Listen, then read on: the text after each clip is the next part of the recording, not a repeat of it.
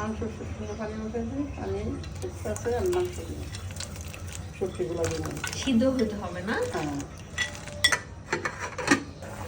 এটা কি সিদ্ধ হয়ে গেছে মা শুটকি? হ্যাঁ, সিদ্ধ হয়ে গেছে। এখন কি করবেন? এখন এটা ব্লেন্ডার করবো। ব্লেন্ড করতে হবে। হ্যাঁ। এটা কিভাবে করছেন এই শুটকি? এটা কোরবানির গরুর মাংস আমি শুকাইছি, মানে প্রথম জাল দিয়েছি। রোদে শুকাইছেন? হ্যাঁ, রোদে শুকাইছি। ব্লেন্ড করার পর শুটকিগুলো এমন হবে। বেশি লাগবে তেল? তেল তো বেশি লাগে না। চিনি,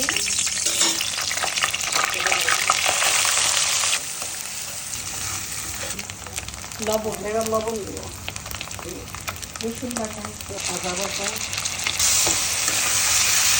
ধনিয়ার গুঁড়া, হলুদের গুঁড়া। ডালটা একটু বেশি খাই, এটা ডাল বেশি হলে ভালো হয়।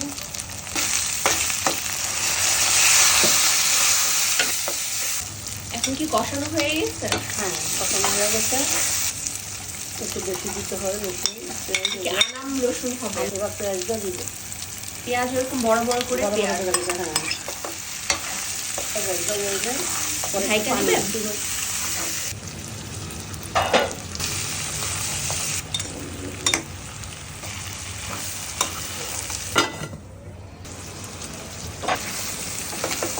এই যে এখন লেগে লেগে আসছে, এখন একটু পানি দেব। আবার একটু পানি দিবেন? হ্যাঁ, একটু লেগে লেগে আসছে যে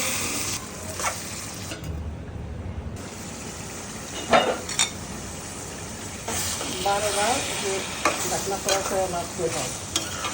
একটু পর পর নাড়া দিতে হবে যাতে নিচে না লাগে। না লাগে। এভাবে আস্তে আস্তে মাংস শুটকিটা রান্না করতে হবে। গরম মশলার গুঁড়া,